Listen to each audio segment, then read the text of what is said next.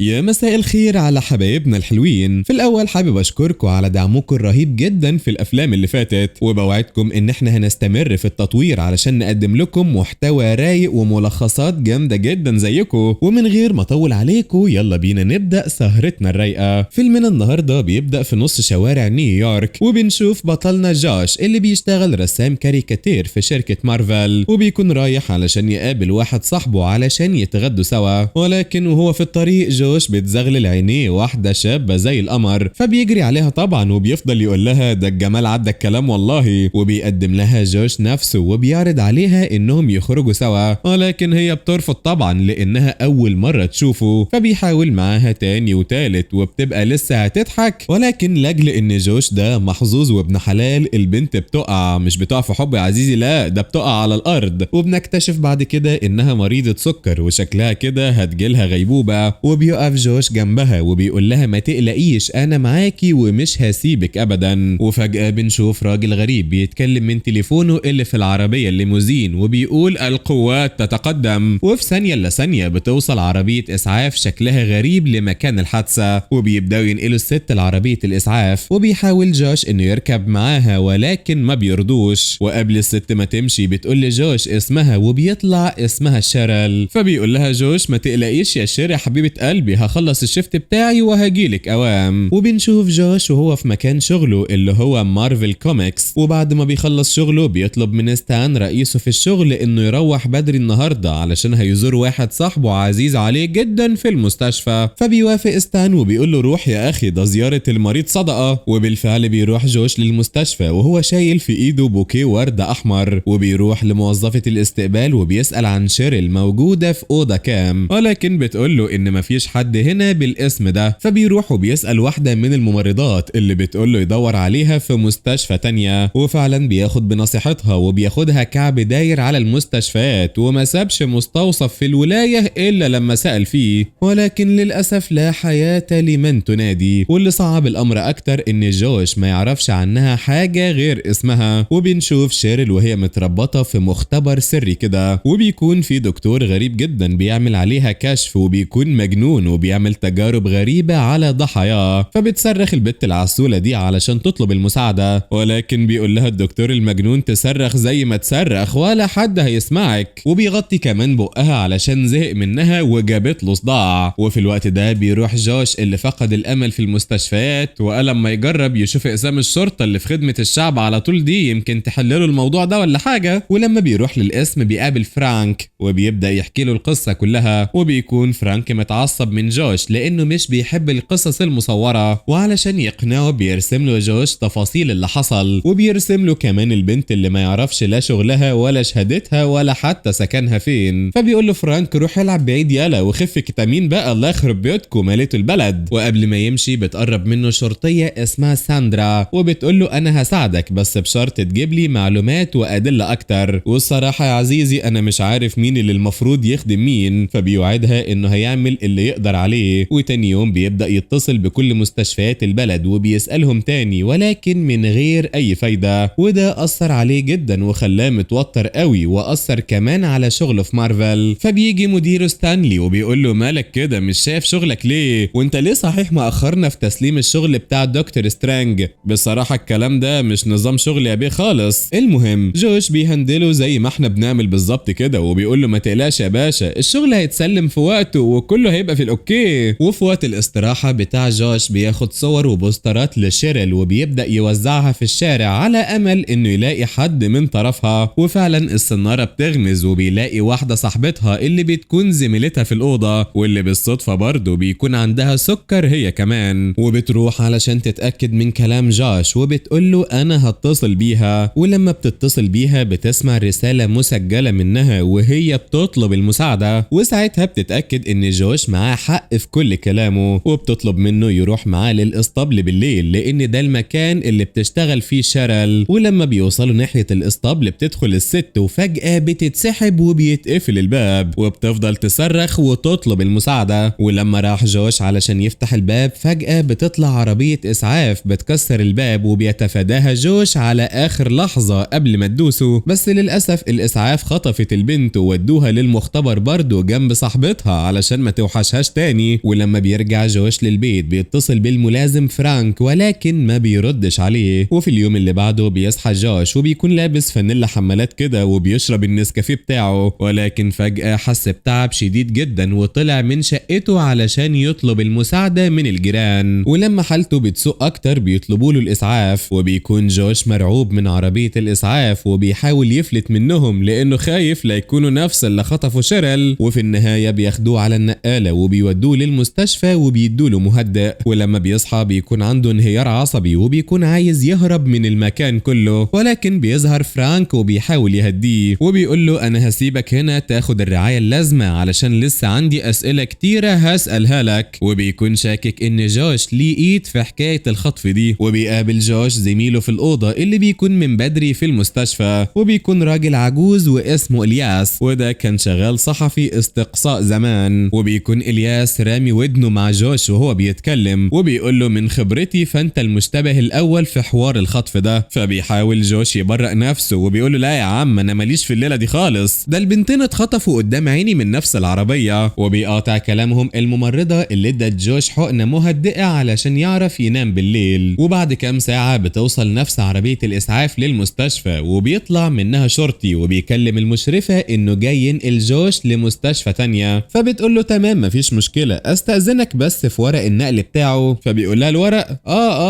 طبعا هروح اجيبه حالا. وبيستغل انها بتعمل نسكافيه وبيضربها وبيخليها تفقد الوعي علشان ما عملتش حسابه في كوباية لا مؤاخذة. وبيدخل اتنين تبعه لابسين لبس تمريض وبياخدوا جوش اللي نايم تماما وبياكل رز مع الملايكة بعد ما اخد المهدئ. فبيطلع وراهم الياس وبيطلب منهم تفسير للي بيحصل ده. فبيقول له الضابط ادخل انت على سريرك يا عجوز انت ايش فاهمك في الطب. فبيشك فيهم الياس وبيقول لهم انا ما بفهمش في الطب ولكني بفهم في الفضايح. وعلى طول بيشغل جهاز انذار الحريق وبيقلب المستشفى عليها وطيها. وبالفعل طلع كل المرضى من الاوض وجمع التمريض وبدأ يطارد المجرمين. وبياخد الياس جوش وبيدخلوا للأوضة من تاني، وبعدين بيجي ممرض وبيسألهم عن اللي حصل. فبيتظاهر الياس ان مفيش حاجة يعرفوها. فبيقول الممرض غريبة يعني، والاغرب المشرفة اللي اختفت وسابت حقنة الانسولين بتاعتها على الترابيزة على غير عادتها اطلاقا. فبتلمع الكلمتين دول في عينين جوش وبيحس ان في رابط بين التلاتة اللي اتخطفوا وان كلهم عندهم سكر، ده غير كمان انهم اتخطفوا برضه من نفس العربية. فبيقول له الياس انه هيساعده في حل القضية دي وهتبقى ضربة العمر ليه. وبيلبسوا الاتنين لبس غريب وبيطلعوا من المستشفى، ولكن وهم ماشيين بيقابلوا ضابط امن. فبيمثل الياس المخضرم في الشغلانة انه بيعيط على مراته اللي ماتت. اما جوش فبيكون عامل ابنه، وعلشان كده بيعديهم الشرطي بسهولة. وبيركبوا تاكسي علشان يروحوا لجريدة نيويورك باست، وهناك بيشوفوا كشف باسم مرضى السكر المختفيين. ولكن وهم هناك بيشوفوا عربية اسعاف غريبة بنفس المواصفات اللي قال عليها جوش. فبيبدأ الياس يصورها، بس كاميرته كانت عجوزة زيه وما بتكونش شغالة. فبيقول له جوش انا هعمل مكالمة على بال ما تصلحها. وبيدخل جوش علشان يكلم الملازم فرانك، وفي الوقت ده بيصلح الياس الكاميرا وبياخد كام صورة كده للعربية. ولسه بيلف علشان يقول لجوش انها اشتغلت يا معلم، بيتفاجأ بضوء اخضر مالي المكان وحواليه ناس كده لابسين لبس ممرضين وبيقولوا له هات الكاميرا يا حاج احسن لك. فبيقول لهم ده على جثتي، وراح راميها في المية وضرب واحد فيهم كده بوكس ستيناتي. فخدروه واخدوه معاهم بالمرة. ولما جوش خلص مكالمته ورجع للمكان اتفاجئ ان صاحبه والعربية مش موجودين، فاستنتج ان هم خطفوه هو كمان. ولما بيبص في المكان كله بيلاقي ان الياس ساب له الصور مرمية على الارض ورمى هو الكاميرا. وبصراحة عم الياس ده طلع مش سهل خالص يا جماعة. المهم لما بيكون الشرطي رايح للمكان اللي وصفه له جوش شاف عربية اسعاف ماشية بسرعة جدا، فبيقرر يغير اتجاهه ويروح يوقفها. وفعلا بتقف وبيقول لهم وروني كده الحالة اللي معاكم. فبيشيل من عليها الغطا وبيطلع ممرض تاني، وكان لسه هيستغرب ولكن الممرض ضربه بسكينة في بطنه وقعته على الارض. والعربية باللي فيها اخدوا بعضهم وقالوا يا فكيك، بس الضابط لسه فيه الروح وبيقاوح فطلع مسدسه وضرب عليهم. فرجعوا له وهم بيقولوا له ما بيموتش الولد ابن الصرمة ده، وخبطوه بالعربية كمان وقالوا هاتوه معانا ده شكل دمه خفيف وهاتوه للمختبر. وبنشوف جوش وهو في استوديو مارفل وبتزوره الضابطة ساندرا اللي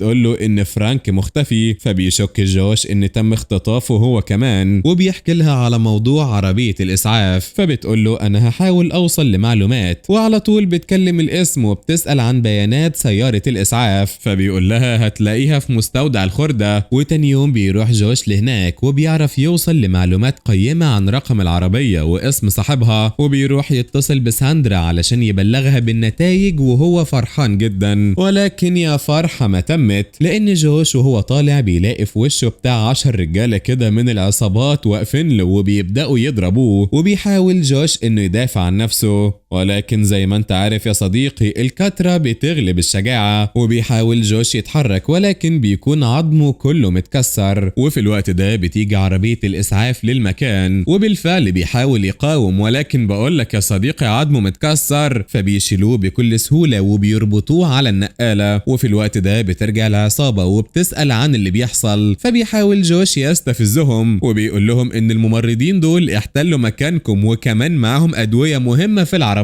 فبتقول العصابة للممرضين يسلموهم الأدوية، ولكن الممرضين بيقولوا لهم يلا حبيبي من هنا على عشك انت وهو بدل ما نقصقص لكم ريشكو ده. وبيبدأوا مع بعض عركة سخنة جدا جدا، والمعركة دي بتنتهي لصالح الممرضين اللي كانوا أقوى منهم بكتير. وبياخدوا جوش المسكين وبيدخلوه في العربية. ولما بتكون العربية بتتحرك يمين وشمال بتقع شنطة تحت النقالة. فبيمسكها جوش وبيبدأ يفتحها بقه، بس للأسف مش بيلاقي غير جاكيت مكتوب عليه فتح التهوية. فبيحاول يزق نفسه ناحية الباب يمكن يقدر يفتحه، وفعلا هو ده اللي بيحصل وبيفتح الباب. وبيطلع جوش من العربية وبيعمل حركة صابوي كده، وبيكون لسه هيخبط في عربيتين بس ربنا ستر وعدى منها سليم. وبعدين بتخبط العربية في صناديق الزبالة، ودي بتكون كفاية قوي ان القيود تتفك من عليه. وبيلاحظ الممرضين ان جوش هرب، فبيرجعوا له بسرعة. ولما بيشوفهم جوش بيهرب ناحية مصنع كده وبيطلب من العامل اللي هناك انه يساعده. فبيرفض وبيفضل يقول له اطلع يلا من هنا ده مكان اكل عيش. فبيجري منه جوش لما بيسمع صوت الممرضين قربوا، وبيروح لهم العامل علشان يطردهم، ولكن بيخلصوا عليه وبيبدأوا يجروا ورا جوش على السلالم. وبيفضل واحد منهم يقرب من جوش، ولكن جوش بيقدر يضربه بسبب ان النفق ضيق وبيهرب لاخر المصنع. وهناك بيستخدم قوة اندفاع جسمه وبيكسر البوابة، وبيكون هيقع تحت عجل عربيتين، ولكن عمر الشيء بقي وبيكمل هروبه ناحية الحديقة. وهناك بالصدفة بيلاقي جريمة قتل تانية والشرطة بتحقق فيها بخصوص وفاة شاب هناك. بصراحة كده انا بدأت احس ان الولا جوش ده مرزق قوي. وبيروح جوش للمحققين موسى وريان وبيطلب منهم المساعدة. فبيفتكروا شاهد عيان وبيقولوا مصلحة، وبياخدوه معاهم لاسم الشرطة. وبيقول لهم جوش انه كان بيهرب من ممرضين كانوا هيقتلوه وخطفوا بنتين قبل كده، بس بيكونوا مهتمين ان هم يخلصوا قضية الحديقة الاول بمبدأ اخلص شغلي يا بيه واشوفك عايز ايه. وبتوصل الضابطة ساندرا للمكان وبتحاول تتكلم مع جوش، ولكن المحقق بيمنعها. فبتقول له انها شغالة على قضية اختفاء 11 مريض سكر، وبتقول له ان العربية بتاعة الاسعاف ليها علاقة بالموضوع، وعلشان كده بيسمح لها تتكلم معاه كام دقيقة. فبيقول لها جوش على كلمة فينتاج اللي شافها على السترة. فبتقول له ما تقلقش من اي حاجة، انا هدور وهعمل ابحاثي. وبعد كده بتسيبه في القسم وبتمشي. وبنشوف الياس وهو مربوط في النقالة، وبيكون الدكتور واقف قدامه، وبيكون الياس بيشكك في نوايا الدكتور. فبيقول له انا بعمل ده باسم الطب الحديث. فبيقول له الياس يا عمنا انا ما عنديش سكر ولسه ضارب 2 حمصية من حلاوة المولد يعني. وبالمناسبة يا اصدقائي كل سنة وانتوا طيبين يا حبايب قلبي. وبنرجع لفيلمنا وبيكمل الدكتور وبيقول له بس انت هتبقى ضامن لانتشار ابحاثي. وبيضربه بوكس كده من الثمانينات وبيديله حقنة بتخليه يتألم بشدة. ولما بتكون ساندرا بتحقق بتقع كوباية القهوة على الورقة، وساعتها بتلاحظ كلمة فينتاج وبتفتكر كازينو فينتاج. فبتاخد بعضها وبتروح على هناك. ولما دخلت المكان شافت عربية الإسعاف هناك، فبتروح بسرعة وبتكلم مكتب الشرطة، واللي رد عليها كان موسى، واللي بصراحة ما كانش مهتم خالص بالقصة كلها.